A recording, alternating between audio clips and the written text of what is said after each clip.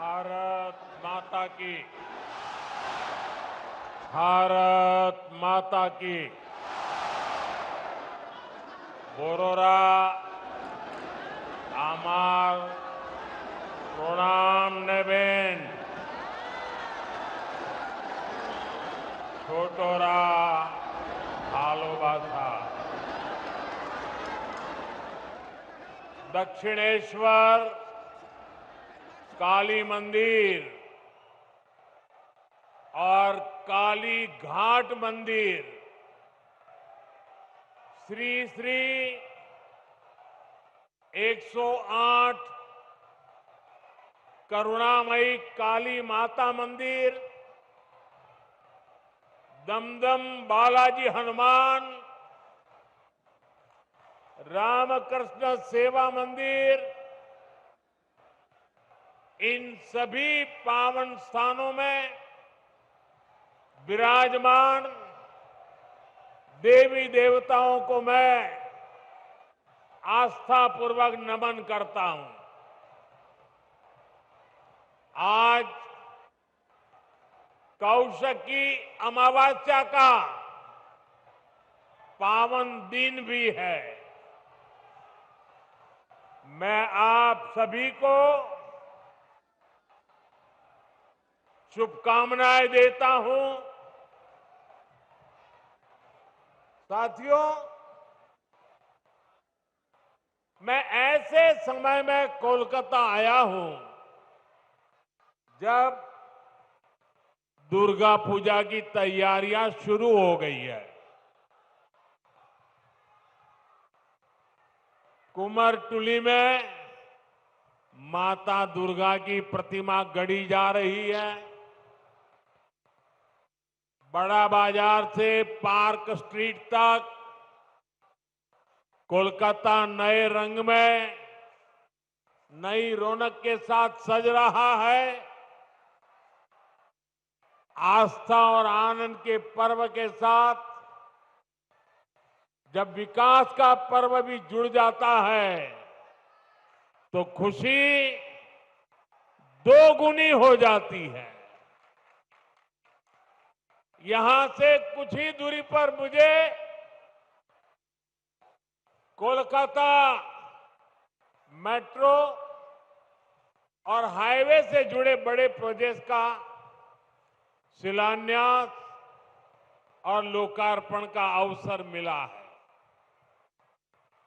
मैं दमदम के, कोलकाता के आप सभी लोगों को बधाई देता हूं। साथियों, पश्चिम बंगाल आबादी के लिहाज से देश के सबसे बड़े राज्यों में से एक है। इसलिए जब तक पश्चिम बंगाल का सामर्थ्य नहीं बढ़ेगा तब तक विकसित भारत की यात्रा सफल नहीं हो पाएगी, क्योंकि बीजेपी का कन्विक्शन है, बीजेपी मानती है, बीजेपी की श्रद्धा है, बांग्लार उदय तबेई विकसितो भारतेर जय।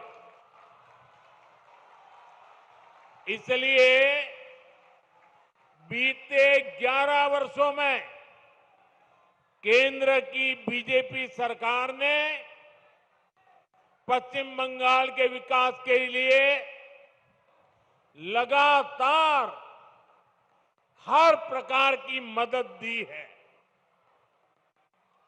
बंगाल में नेशनल हाईवे के निर्माण के लिए जितना पैसा कांग्रेस की यूपीए सरकारों ने अपने 10 साल में दिया था, उससे 3 गुना से ज्यादा पैसा भारत सरकार ने पश्चिम बंगाल को दिया है।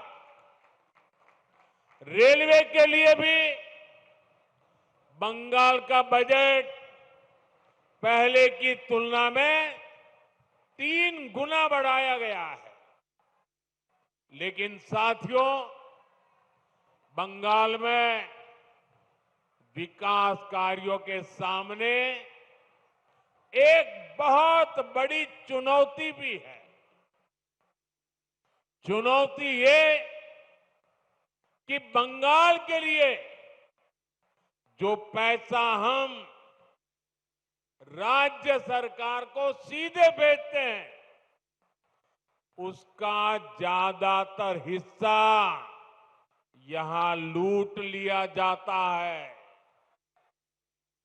जो पैसा भारत सरकार दिल्ली से भेजती है, वो पैसा आप लोगों पर खर्च नहीं होता।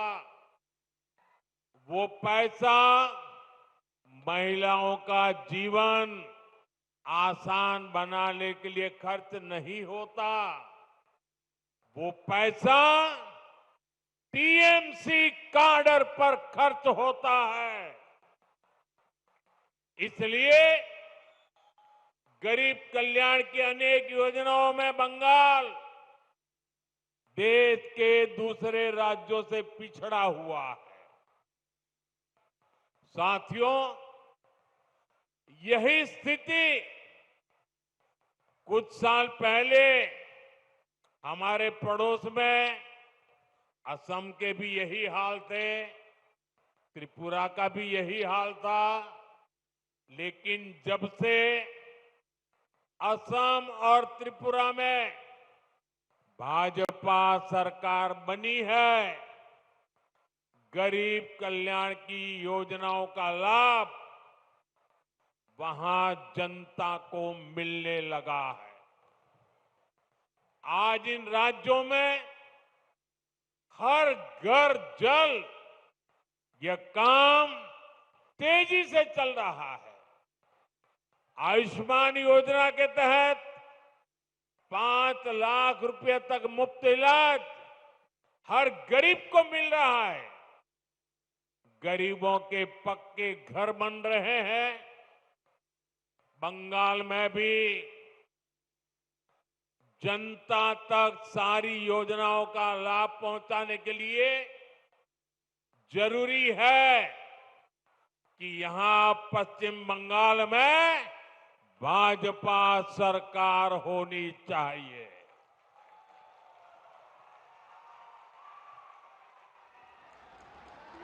ये अब तय है। टीएमसी जावे, बीजेपी आसबे।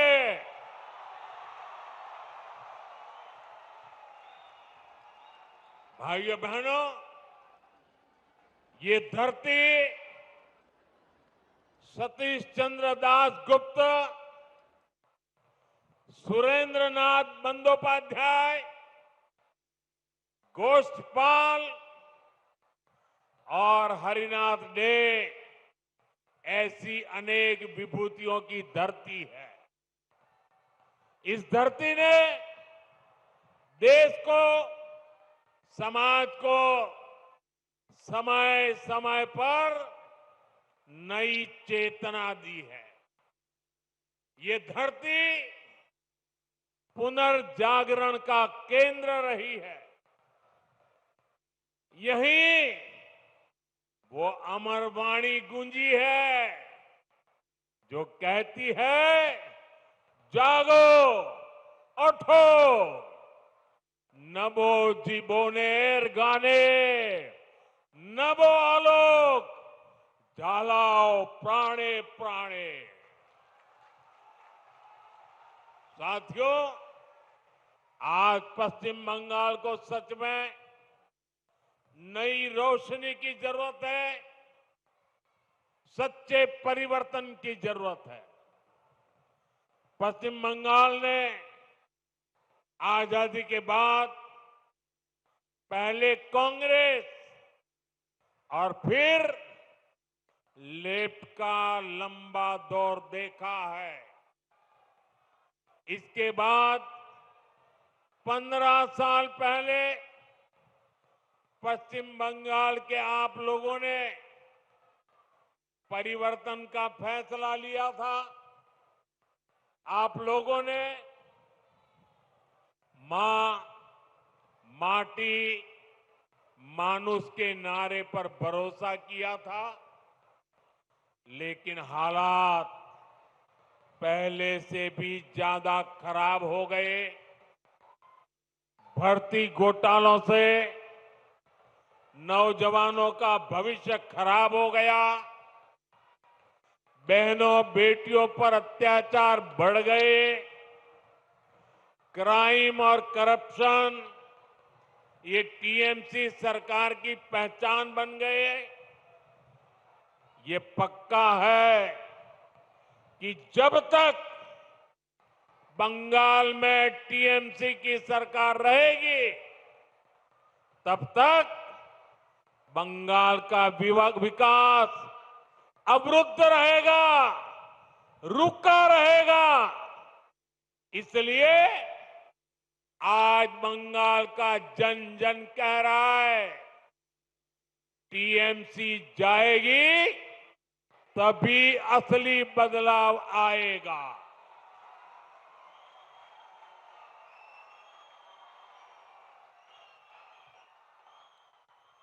टीएमसी जाबे तबेई आशोल परिवर्तन आसबे।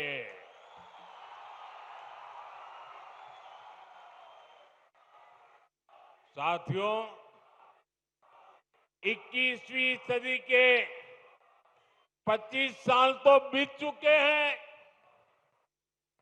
आने वाले साल देश की तरह ही बंगाल के लिए भी बहुत अहम है। हमें ये समय ऐसे ही नहीं निकलने देना है। इसलिए बंगाल को चाहिए सच्चा परिवर्तन, आशोल परिवर्तन, परिवर्तन जो नारे में नहीं, काम में दिखे। परिवर्तन जो उद्योग लगाए, घर के बेटे बेटी को बंगाल में ही नौकरी दे। परिवर्तन जो बेटियों को सुरक्षा दे,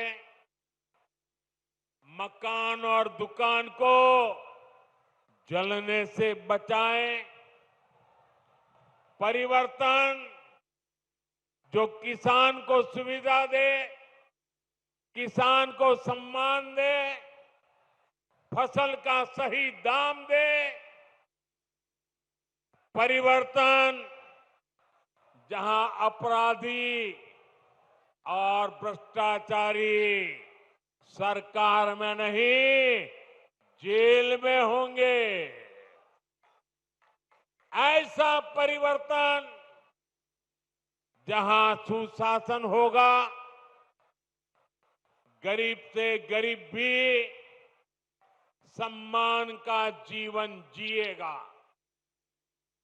और ये सच्चा परिवर्तन सिर्फ और सिर्फ भाजपा ही ला सकती है।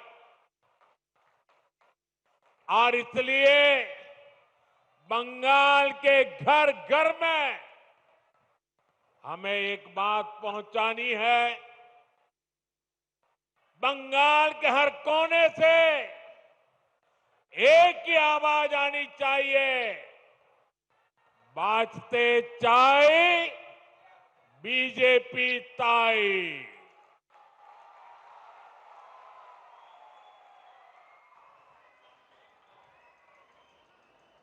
यही बंगाल की असली पुकार है, यही बंगाल का भविष्य है। साथियों, ये वर्ष डॉक्टर श्यामा प्रसाद मुखर्जी की जन्म जयंती का 125वां वर्ष है।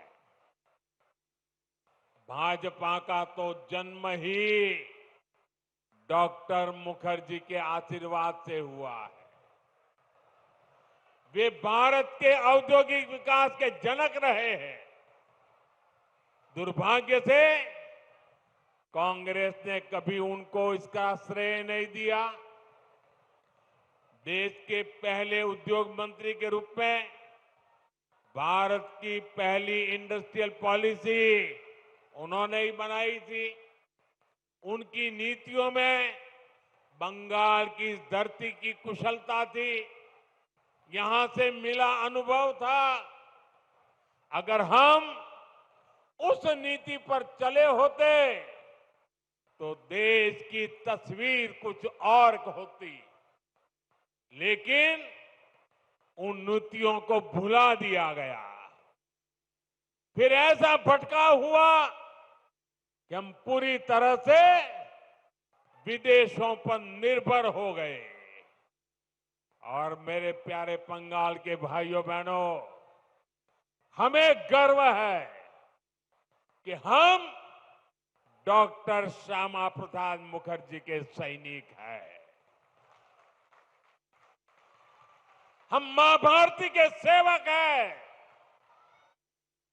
जो सपने डॉक्टर श्यामा प्रसाद मुखर्जी ने देखे थे, उसके लिए एक सैनिक की तरह हम अपना जीवन खपा रहे हैं।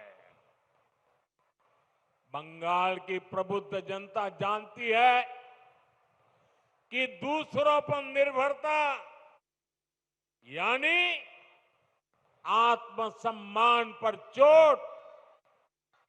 इसी स्थिति से हमें देश को बाहर निकालना है। इसलिए आज देश ने आत्मनिर्भरता का मूल मंत्र लेकर के नई ऊंचाइयों को प्राप्त करने का फैसला लिया है। मेक इन इंडिया आज एक बड़ी सिद्धि बन रहा है, जिसके लिए हमारा कोलकाता, हमारा बंगाल जाना जाता था। वो गौरवशाली अतीत हमें मिलकर के फिर से लौटाना है। इसलिए आज बंगाल में एक ही गूंज है, टीएमसी के शोराव, बांग्ला के बचाओ। साथियों, भाजपा जो संकल्प लेती है वो सिद्ध करके दिखाती है। इसका ताजा प्रमाण अभी हमने ऑपरेशन सिंदूर के दौरान देखा है।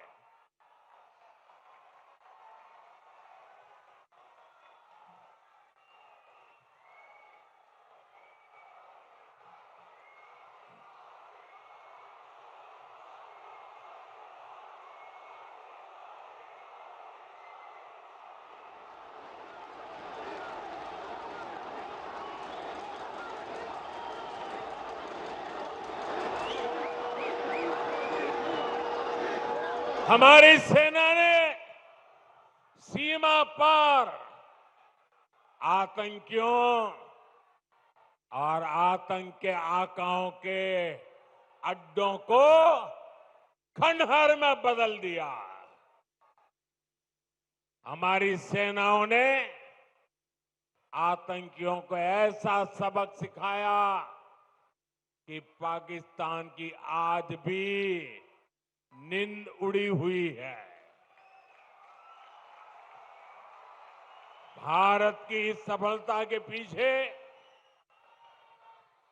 बहुत बड़ी शक्ति मेड इन इंडिया अस्त्र शस्त्र की रही है। और मुझे गर्व है कि भारत की सेना को ताकत देने में बंगाल के इस इलाके की भूमि का बहुत बड़ा योगदान है। इच्छापुर में गुलामी के कालखंड में डिफेंस मैन्युफैक्चरिंग का काम शुरू हुआ था, लेकिन कांग्रेस की सरकारों ने भारत की ऐसी डिफेंस इंडस्ट्री को बर्बाद कर दिया था, हमारी सेना को विदेशों पर निर्भर कर दिया था। अब भाजपा सरकार ने भारत की डिफेंस इंडस्ट्री को नई ऊर्जा दी। इसका लाभ यहां की फैक्ट्री को भी मिला है। आज ये फैक्ट्री आधुनिक राइफल और अन्य हथियार बना रही है। इससे यहां छोटे छोटे उद्यमियों के लिए नए अवसर बने हैं। इन कारखानों के कारण दमदम, बैरकपुर क्षेत्र में हजारों लोगों को रोजगार मिल रहा है। साथियों, इच्छापुर डिफेंस फैक्ट्री सिर्फ एक उदाहरण है। आप यहां 2026 में भाजपा सरकार बनाइए, हम बंगाल को डॉक्टर श्यामा प्रसाद मुखर्जी के सपनों का बंगाल बनाएंगे।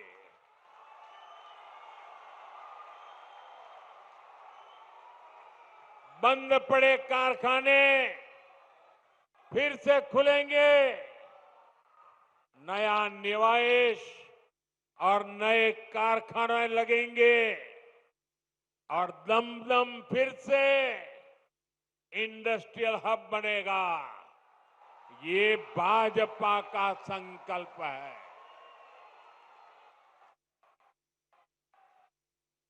विकसितो बांग्ला, मोदीर गारंटी।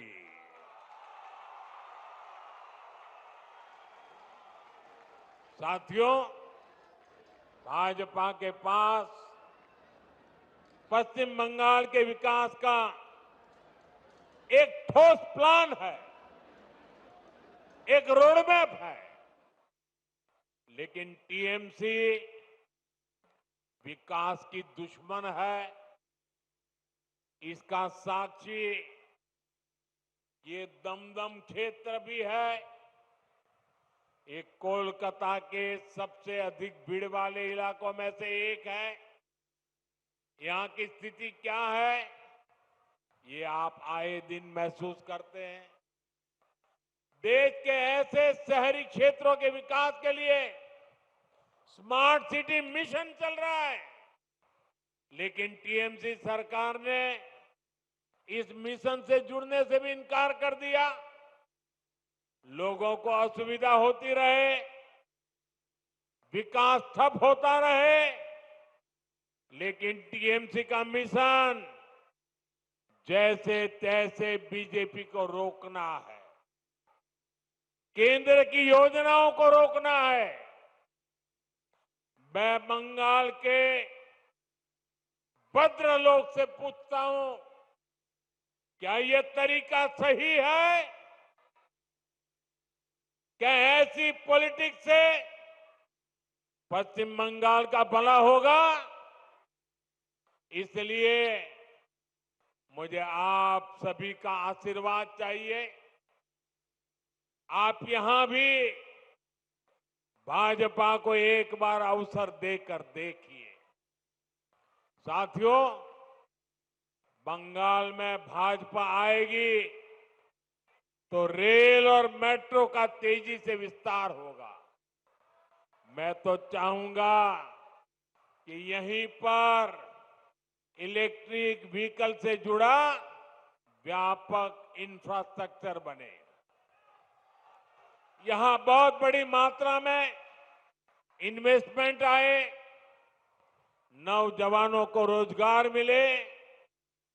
ये तभी होगा जब यहां कानून का राज आएगा, जब यहां भ्रष्टाचार पर लगाम लगेगी और जब बंगाल में डबल इंजन की भाजपा सरकार होगी। साथियों, पश्चिम बंगाल के पास इतिहास और संस्कृति की भी अनमोल धरोहर है। ये बांग्ला विरासत विकसित बंगाल बनाने के अभियान को प्रेरणा देगी। बीजेपी सरकार पूरे गर्व के साथ बांग्ला भाषा और बांग्ला संस्कृति को सशक्त करने में जुटी है। ये हमारा सौभाग्य है कि हमें बांग्ला भाषा को क्लासिकल लैंग्वेज यानी शास्त्रीय भाषा का दर्जा देने का सौभाग्य मिला।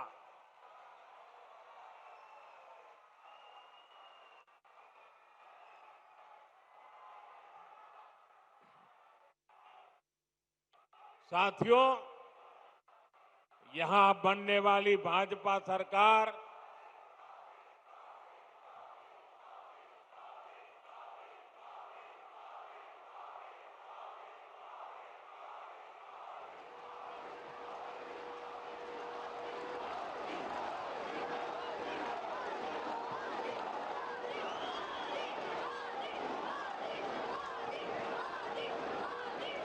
साथियों, जब भाजपा सरकार बनेगी, हेरिटेज टूरिज्म पर भी बल देने का हमारा प्लान है।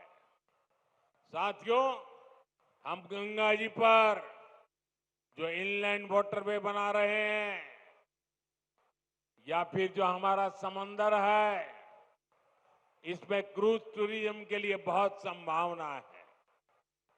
ऐसी हर संभावना को भाजपा सरकार बनने के बाद तलाशा जाएगा, ताकि पश्चिम बंगाल के नौजवानों को काम के लिए कहीं और जाने के लिए मजबूर न होना पड़े। साथियों, इस बार लाल किले से मैंने देश की एक बहुत बड़ी चिंता की चर्चा की है। ये चिंता घुसपैठ के बढ़ते खतरे की है। कोलकाता के पश्चिम बंगाल के लोग समय से आगे की सोचते हैं, इसलिए आपके बीच मैं लगातार इस बहुत बड़ी राष्ट्रीय चुनौती की चर्चा करता रहा। आजकल आप देखते हैं, जिन देशों को विकसित कहा जाता है, जिनके पास संसाधनों की कोई कमी नहीं है, वहां घुसपैठियों के खिलाफ मुहिम चल रही है। ये देश अब घुसपैठियों को ज्यादा नहीं सह सकता। घुसपैठियों को निकालना चाहिए कि नहीं निकालना चाहिए? घुसपैठिए जाने चाहिए कि नहीं जाने चाहिए? उनको भगाना होगा कि नहीं भगाना होगा? कौन भगा सकता है? कौन भगा सकता है? घुसपैठियों से बंगाल को कौन मुक्त करा सकता है? घुसपैठियों से बंगाल को कौन मुक्त करा सकता है? साथियों, मोदी नहीं, भाजपा नहीं, आपका एक वोट करा सकता है। आपका एक वोट, एक बार वोट दे दीजिए, ये घुसपैठिए भाग जाने लग जाएंगे जी। साथियों, भारत के पास तो संसाधन सीमित है।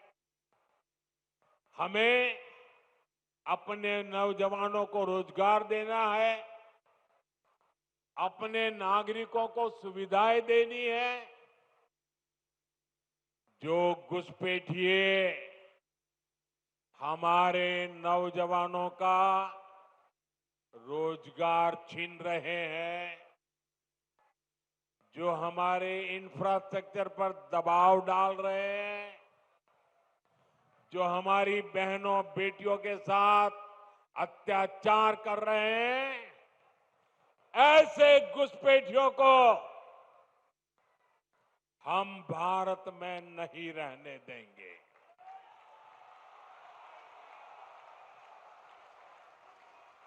इसलिए भारत सरकार ने घुसपैठियों के खिलाफ इतना बड़ा अभियान चलाया हुआ है।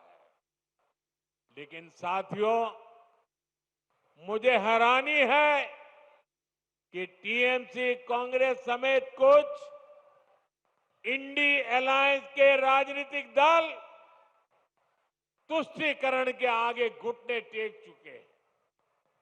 ये राजनीतिक दल सत्ता की भूख के लिए घुसपैठ को बढ़ावा दे रहे हैं। कुछ जगह पे तो दिख रहा है उन्होंने घुसपैठियों की शरण ले ली है। साथियों, पश्चिम बंगाल तो सीमावर्ती राज्य है। जिस प्रकार बॉर्डर के इलाकों में डेमोग्राफी बदली जा रही है, ये पश्चिम बंगाल में सामाजिक संकट भी पैदा कर रहा है। खास तौर पर किसानों से धोखाधड़ी करके उनकी जमीन पर कब्जा किया जा रहा है। आदिवासियों को गुमराह करके उनकी जमीन हड़पी जा रही है। देश ये सहन नहीं कर सकता। इसको रोकना ही होगा। इसलिए इस बार लाल किले से मैंने घुसपैठ के खिलाफ विशेष डेमोग्राफी मिशन की घोषणा की है। जो लोग सिर्फ यहां हमारे लोगों की रोजी रोटी छीनने आए हैं, जो फर्जी तरीके से कागज बनाकर रुक गए हैं, उनको यहां से जाना ही होगा।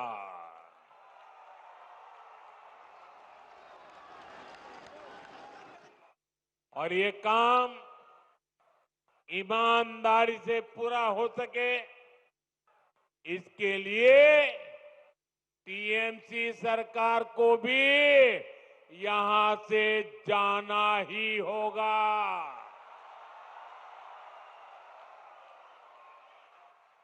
साथियों, पिछले 11 साल से देश भ्रष्टाचार के खिलाफ निर्णायक लड़ाई लड़ रहा है।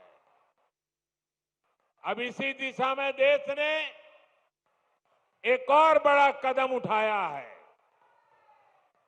इस बार लोकसभा में भाजपा सरकार एक बहुत बड़ा एंटी करप्शन बिल लेकर आई है। मैं बंगाल के लोगों से इस बिल के बारे में विशेष तौर पर बात करूंगा।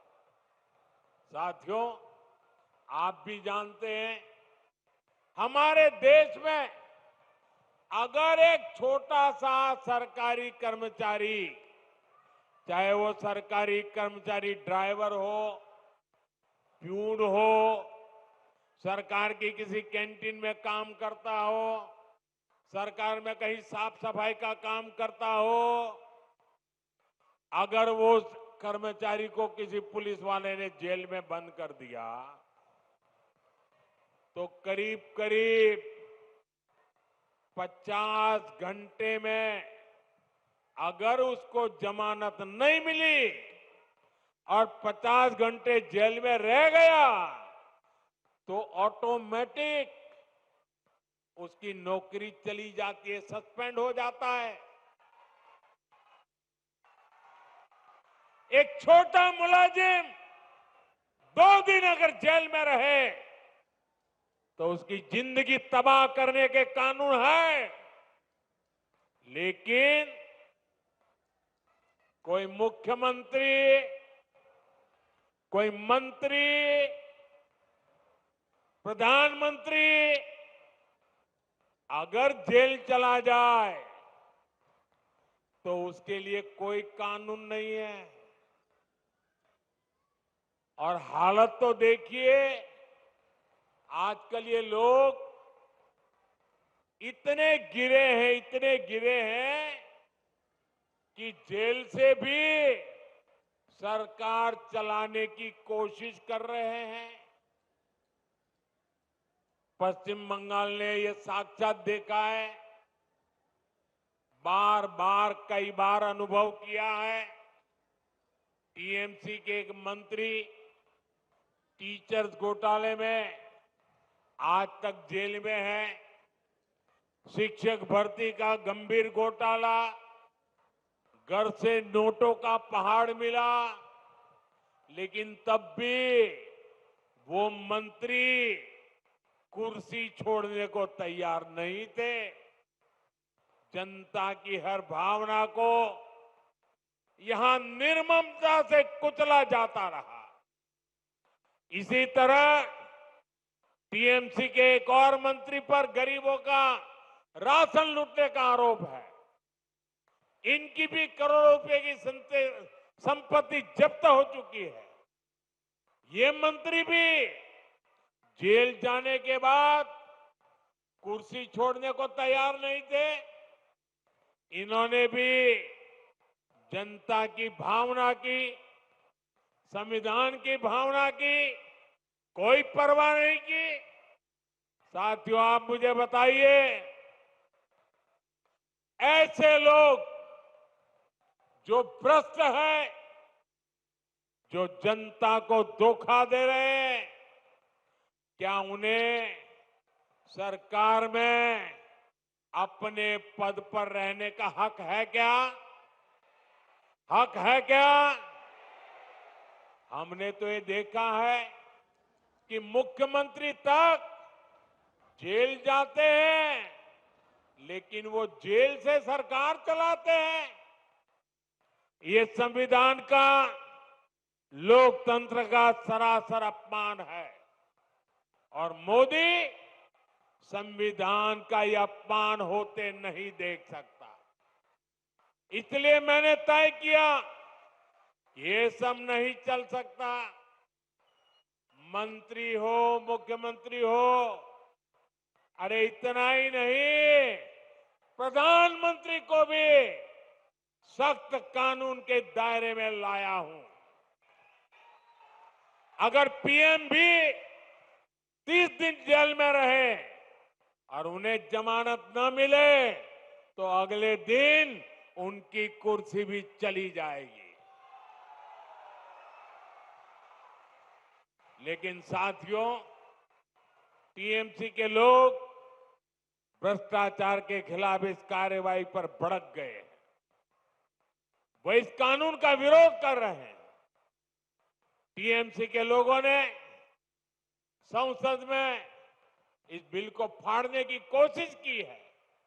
ये दिखाता है कि टीएमसी की पूरी राजनीति कैसे भ्रष्टाचार के पहाड़ पर टिकी है।